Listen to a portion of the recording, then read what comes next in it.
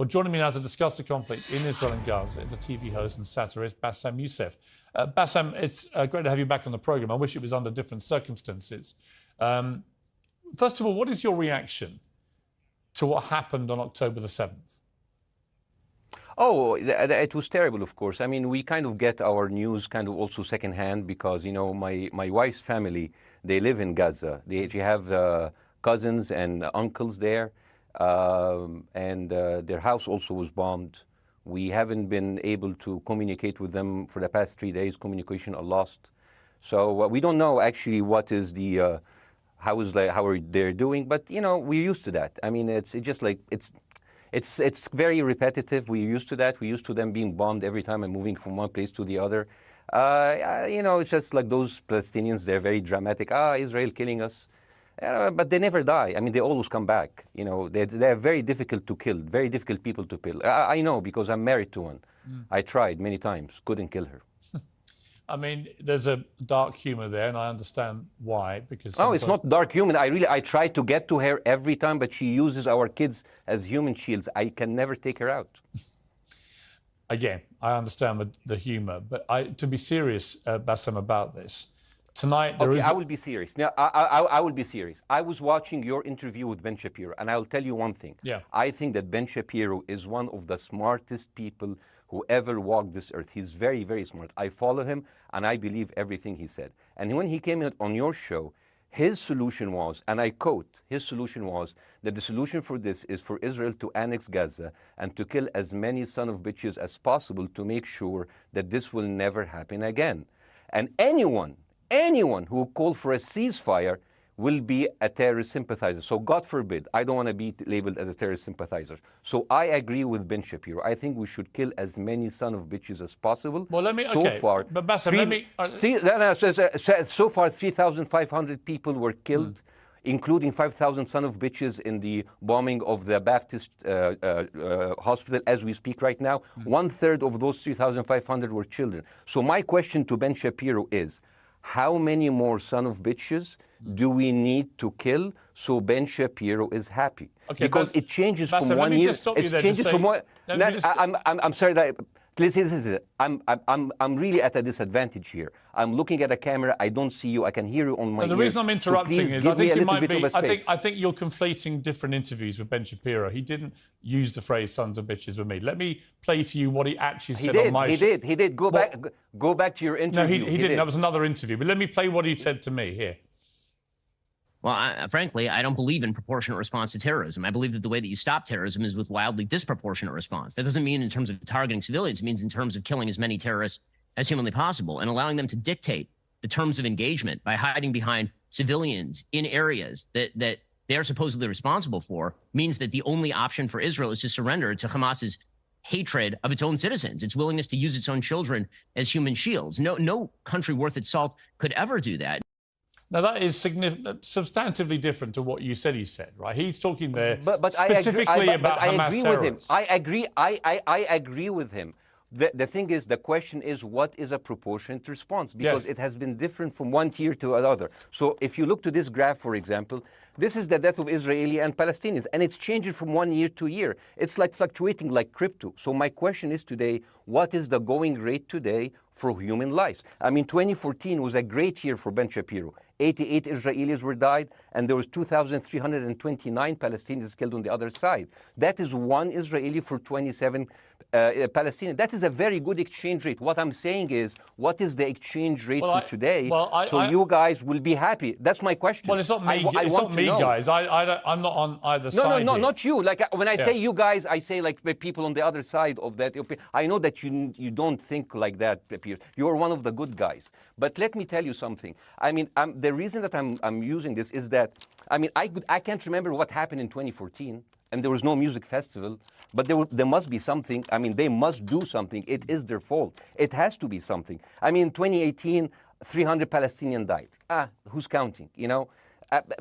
So the thing is, what my question is, let's find what is the exchange rate for human life today so we expect the future death of Palestinians and will be happy to it. My response to that would be this, Bassem. I've thought carefully about this because I think it's very tricky for people like me to immerse ourselves into a conflict where we're not directly involved.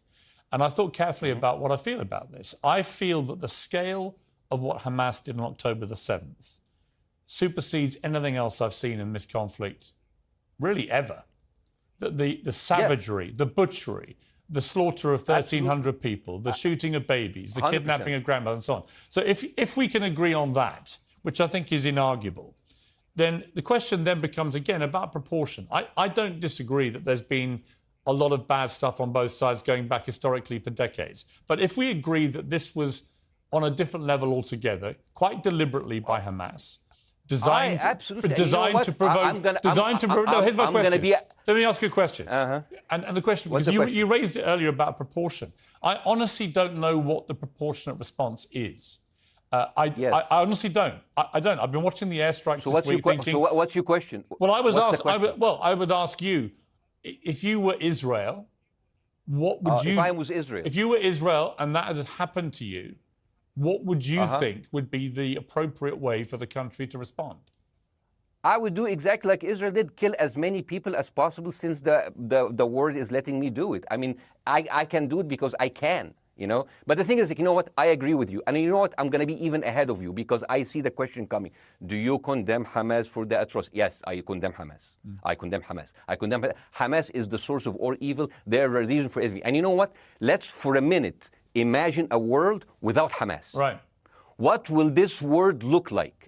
Let's give this word a name, and let's name this word the West Bank. Hamas has absolutely no control in the West Bank. And since the beginning of this year, only through August, 37 Palestinian kids were killed. No music festival, no paragliding, no Hamas. Since the occupation of the West Bank, 7,000 Palestinians were killed. No music festival, no paragliding, no Hamas. I can go on and on and on and on. No, but you don't need to, because in a way you're preaching to the choir. I've followed this crisis. Oh no, you're not preaching. So the thing is, like, in the sense that I know that what you're saying has validity. Of course, Piers. By the way, Piers. I am at a disadvantage here. I can hear you. I cannot see you. I am in a claustrophobic room, and so please cut me some slack and don't interrupt me and interrupt my points. Sure. So, because this has to be fair. Understand. Because if you want to only hear your opinion, I can just condemn Hamas and go home. I can do that. So, do you want to do that, or do you have a much more nuanced conversation? No, I absolutely want to have a nuanced conversation. I wasn't aware I was interrupting you. I thought I was letting you speak. Amazing. So let's. I mean, I would say I really applaud Israel for doing one thing that no military force in the world does. Because I heard Ben Shapiro and I heard Ron DeSantis, and they said Israel is the only military force in the world that warns civilians before bombing them. I mean, how fucking cute. That is so nice of them. So, because with this logic, if Russian troops started warning Ukrainians before bombing their houses, we're cool with Putin, right? I mean, okay, Habibi, you have warned them, go invade. It's fine. You have done your job. I mean, the thing is, and I understand, and I also heard Ben Shapiro talking about human shield. So you remember my wife's family, they live in Gaza. So I asked them, I told them, when Israel give you the nice warning, the cute warning, does Hamas force you to stay in your home so you can be bombed and use as human shield? You know what, Hassan here, my wife's cousin, he's a loser, you know. He told me, you know, when I asked him, does that happen? He told me, no. The lying son of a bitch lied to me. I told him, you don't understand. Ben Shapiro and Ron DeSantis keep saying that Israel warned you and Hamas asked you to stay put. So I told you, he's a loser. He never kept a job. He even failed in all of the interviews to become like a human shield. I would believe Ben Shapiro. Let me ask you this, Bassem. So let's go with that. No. Let me ask you this. At some point, I must be able to ask you questions. It's not a monologue for you, Bassem. If we agree that for the 14,000 casualties, I mean, who's counting, are human shield, does that mean that every single one of those civilians was standing, obscuring a military target behind them? Because that's a lot of weapons. I mean, Hamas is packing. No, of course it doesn't. And look, it doesn't. So there's some collateral damage.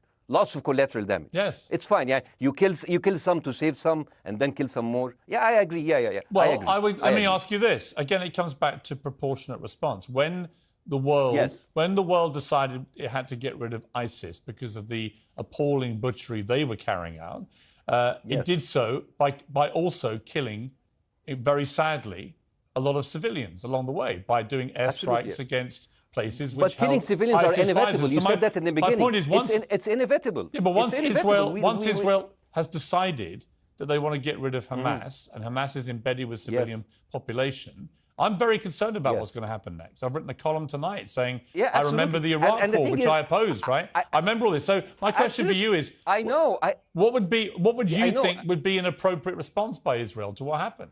Well, these are years of disproportionate responses of Israel. Right. Did it solve the solution? Did it solve the problem? Did it work before, so it will work? What will be the surprise this time?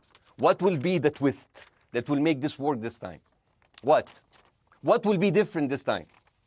Seriously, I mean, like, this is only the last 15 years. I mean, because it's too many papers. I just got this. But how will this be different? And the thing is, I am so glad in the introduction that you mentioned the Iraq War. I applaud you, Piers, for saying that, because you were honest about it. You said that spreading lies like WMDs make people look at those people as less of humans, and they would accept the death of 1 million Iraqi, whether by sanctions or by invasion, right? You are a good man. This is amazing. And you know what is similar? Is when you spread the lies of 40 decapitated babies, although it was refuted. So what happens when people hear that, killing babies is horrible. But when you say decapitated 40 babies, you are planting a certain image with a certain trigger in people's mind. Who has said that? Who has said 40? Who has said that? You have said 40 decapitated. Who has said that? You have repeated. No, I haven't. What? I've never said that. You haven't said on your show 40 decapitated babies? Never. Ben Shapiro didn't say it? No. Ron DeSantis didn't say Nobody it? has said it. Okay, Piers, nobody said it? No. Oh, okay. Okay, maybe I am wrong. Decapitated. Here's you're the thing. wrong. I've never said that. The thing, what happened, no, you're wrong. But the thing is, the same thing is happening in Iraq. Ben Shapiro once tweeted, not even about Gaza, about the West Bank, when Israel continued to build the illegal settlement. He said, 2017, Israel likes to build things, and Arabs, not Palestine, not Hamas, Arabs like to bomb crap and live in open sewage. Yeah, I thought that was very the Israeli defense minister, he said, those are human animals. And the thing is, Ben Shapiro should know better, because, long before the Holocaust, before Jewish people were thrown in the gas chambers, the Nazi propaganda called them rats. Now, as a human being, I will never accept that another human being being thrown into a gas chamber. But a rat, kill 10, kill 1,000, 3,500. They are son of a bitch. They are human animals who live in open sewage and decapitate babies. And because of that propaganda, Mr. Morgan, that guy in Illinois, the 71-years-old guy, he killed, stabbing the 6-year-old Palestinian kid in Illinois 26 times. And he used to play with him. They used to be friends. But he went in, marching into their apartment, stabbing his mother and killing him, shouting, all Muslims could die. Yeah. It took you 80 years to change one word from Jewish to Muslim. And then you transferred your guilt to us and took away our land. Bassem, let me ask you a question. That deal sucks, man. Let me ask you a question. How do we get from where we are now to peace? Well, first of all, you need to change the perception. Nikki Haley, the American presidential candidate, said, we are in Israel in this because it's a fight between good and evil. Now, if you already decided someone is good, he can do no evil. And if you decide that someone is evil, it's good to kill them. Killing them is good. You see, and the thing is, it is not like something new. I mean, I look at history and I see, I'm sorry to say this, but Westerners has always dealt like this with indigenous people. You first treated them like savages, Native American, First Nation, Aboriginal. They're savages. Kill all the savages. And then when they're almost extinct, you start feeling sorry for them, like animals. So maybe the solution is that we kill as many Palestinians as possible so the few of them that remains do not bother you. And maybe Netanyahu, when he lives for another 100 years, he'll become a tree hugger. Let me just challenge you on this. And he will campaign for preserving the free Palestinian. You keep talking about Westerners like me. Okay, so let me return the favor, okay? Hamas is dedicated to the complete eradication of Jewish people. I am not the spokesman for Hamas. I'm not saying you are. Why do you keep... I'm not saying I'm you not are. their spokesman. You're talking to me. I fucking hate them. Bassem, fuck Hamas. You are Hamas. No, are no. you happy? You're missing my point. You're talking in a generalized way about people in the West who always talk about Arabs as savages. I don't. No. I'm talking about America. I actually led the campaign. I led the media campaign listen, in this country against the Iraq War. Okay, so I don't see. I don't see people in the Middle East as savages. You are one of the good ones. But what I would say is, I'm talking about you. You're great. No, it's not about me You're being amazing. great. We love you. It's about the way Hamas behaved on October the 7th was like savages. Like a pack of savages. It was the worst atrocity against Jewish people since the Holocaust. There has to be, of course, there has to be a response. They should be eradicated. My question for you is, notwithstanding the history, Bassem, what is the proportionate response? But I don't know. But there's no Hamas in the West Bank, and they're still dying there. So what's your excuse? I don't have any excuse.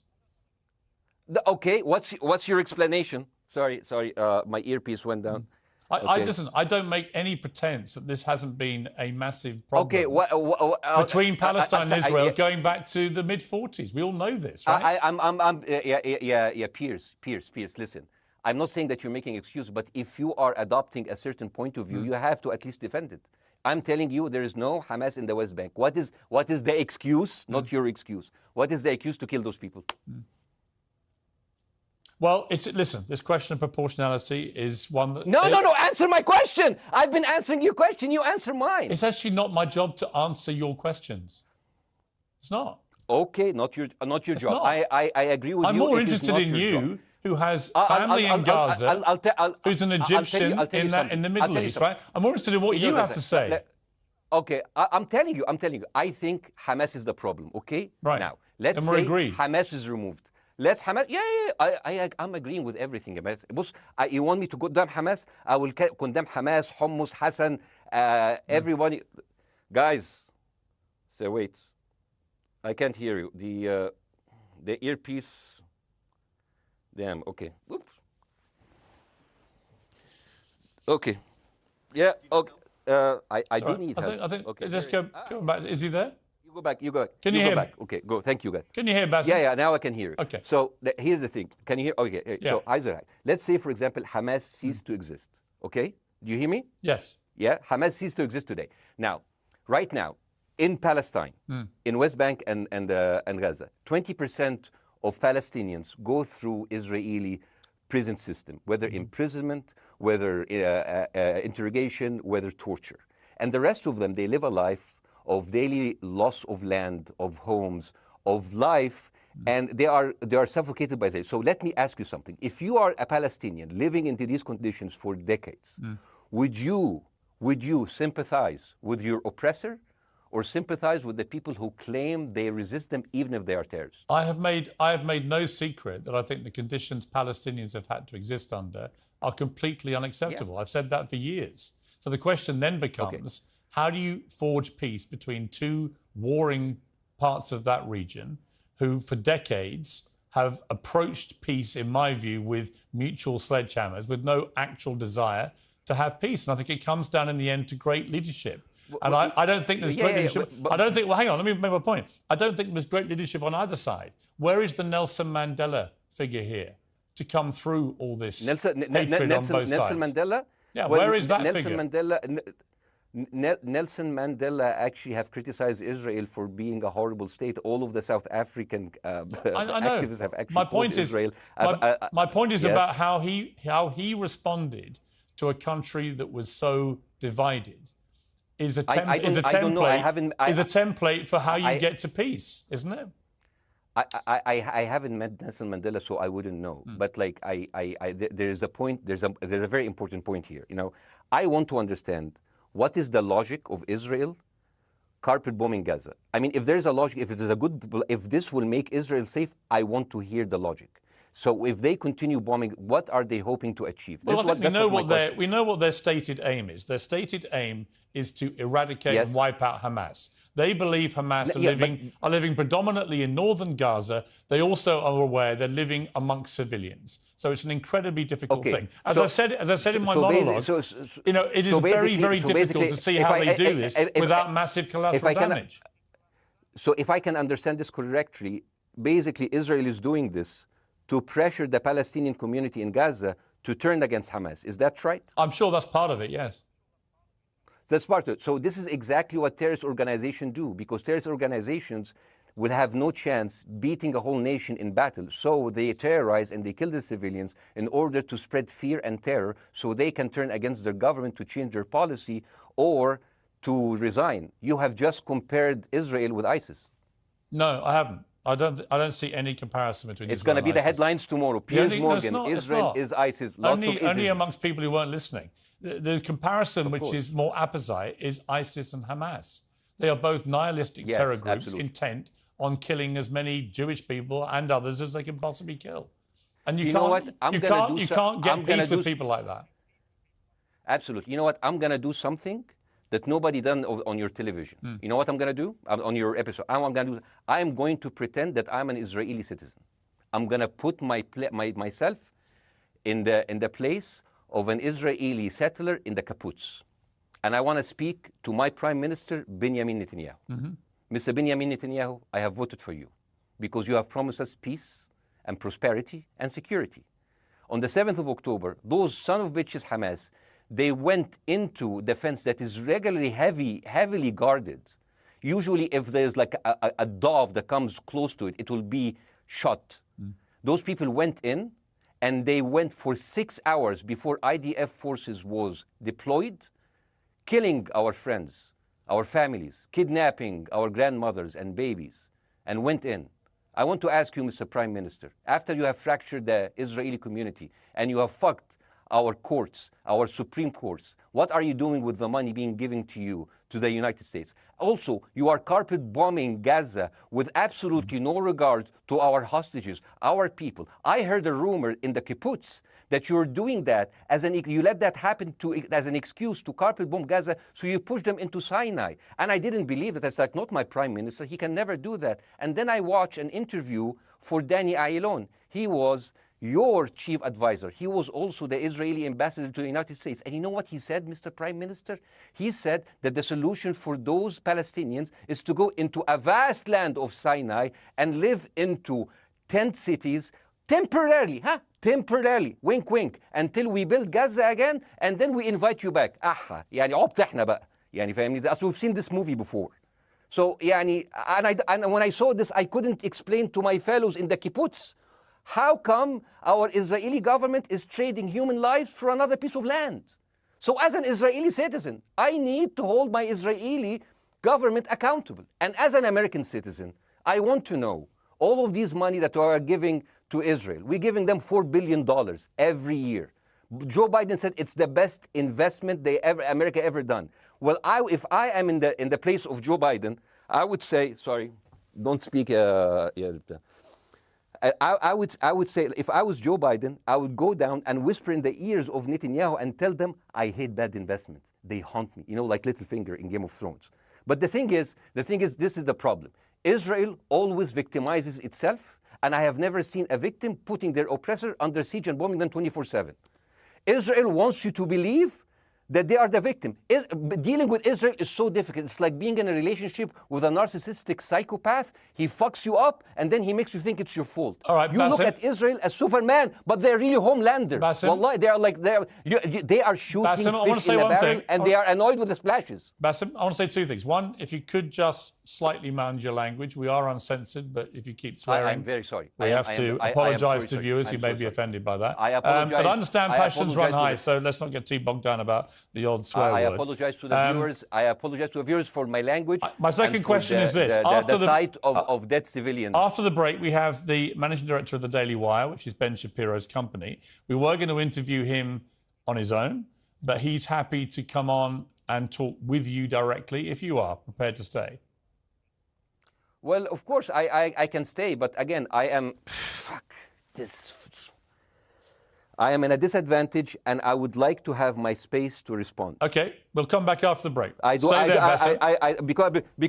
here's the thing. There's Bassem, two things we're I want going to go to a break. All right. When we come back from the break, it'll be you and Jeremy Boring from the Daily Wire. I have news. We're taking a short break, Bassem. I'll be back. Welcome back to Uncensored. For more on the situation in Israel, I'm joined now by the CEO and co-founder of the Daily Wire, Ben Shapiro's partner, Jeremy Boring. Jeremy, thank you very much indeed for joining me. I'm sorry we demoted you earlier to mere MD. You are the CEO and co-founder. You know Ben Shapiro better than anyone, really. I did a big interview with Ben, obviously, the other night, which went around the world and has sparked a big reaction, including from our guest, Bassem Youssef, who's still with us. First of all, you've been listening to Bassem and what he's been saying. What's your response? Well, first of all, I make it a point not to speak for Ben Shapiro. He's got a 20 IQ points on me and speaks for a living professionally, so he's much better prepared to defend himself. But as his business partner, as his best friend, I do feel like I have to respond to the things that Bassem was just saying. First of all, the question of how many sons of bitches have to be killed in order to end this conflict, I suppose that the answer is as many of them as it takes. That doesn't mean that I or Ben or any decent person in their right mind is happy with the killing of civilians. I posted at the very beginning of this conflict that a woman or a child blown apart in Gaza is just as tragic as a Jewish baby killed in one of the settlements. That doesn't mean that Israel's actions and the actions of Hamas are morally equivalent. You know, the tragedy is the tragedy, but the moral equivalency is nonsense. If you entered Israel with the express purpose of targeting and murdering civilians with your own hands in cold blood, that is not comparable to Israel bombing targets in the Gaza Strip and killing civilians as a terrible, tragic consequence. War is terrible. War is an awful thing. That's why decent people don't lightly engage in war, and why Hamas should not have incited this war. You know, we can talk about the history of the Israeli conflict. I'm not a professional political commentator. I'm a CEO. I'm a screenwriter, and I'm certainly not Ben Shapiro. I'm not here to discuss the history of the Israeli-Palestinian conflict, but we all saw what happened on October 7th. And the idea that Israel was not going to react severely to that, or that Israel should not react severely to that, is ludicrous. And the Jeremy, idea that Ben Shapiro should be a moderating voice, that Ben Shapiro should be, saying, no, Israel should not respond in this situation, that's nonsense. So let me ask you, though, Jeremy, the question which I think is the big question. What is a proportionate response to that outrage on October the 7th, which is the worst attack on Jewish people since the Holocaust? What is proportionate? If it's true, as reports are suggesting tonight, that there may have been a hospital hit by an Israeli strike and up to 500 people or more have died, that would seem to me, if that is verified, and it's not verified yet, you know, we don't know exactly what has happened other than there's been a hit on this hospital. But if that is verified to have been an Israeli strike, that will strike many people as disproportionate. Certainly. But first of all, I don't know what a proportionate response is or why we would want it. I suppose a proportionate response would be for 3,000 Israelis to go through the fence, gun down innocent Palestinian women and children, burn their bodies, burn them alive, take hostages, rape their women. No one wants a proportionate response. No moral person could possibly call for a proportionate response. The purpose of war is to defeat your enemy. The West has, in my lifetime, forgotten the purpose of war because the true cost of war is so terrible. The last time the West engaged in war and won it was World War II, and they did it through incredible brutality. They did it by bringing their enemies to heel. That is not a thing to That's not a thing to rah-rah about. That's not a thing to look forward to. As I said, all decent people should avoid war. But I think the sort of lie of the post-World War II, the post-war consensus lie, is that somehow war in which you kill a bunch of people and don't secure victory is morally superior to war where you do secure victory. I would say that the only way to morally justify a war is to win it. Otherwise, the very argument that brought you into the war, this enemy must be defeated, ends up being proven a lie. I mean, Afghanistan, I think America had every right to go into Afghanistan. The Taliban was harboring Osama bin Laden and al-Qaeda. Al-Qaeda flew planes into buildings in the United States, killed thousands of our citizens, brought the nation into untold agony, pain, and horror. America had every right morally to go in and destroy the Taliban and destroy al-Qaeda. Yeah, but I would argue, the Taliban now rules in Afghanistan. The war was not won. But that's my point, actually. I've done a column about this tonight for The Sun here in the UK, which is I was editor of a newspaper when the Iraq War happened. I opposed it very aggressively as the editor I of the recall. paper. And sadly, we were borne out by events. It was a complete disaster, the Iraq War, in my view. It was illegally contested, I think. And the consequences were appalling in terms of loss of life, 1 million people, in terms of ISIS being allowed to breed and create their merry hell around the world, in terms of complete dismantlement of Iraq itself as a functioning country.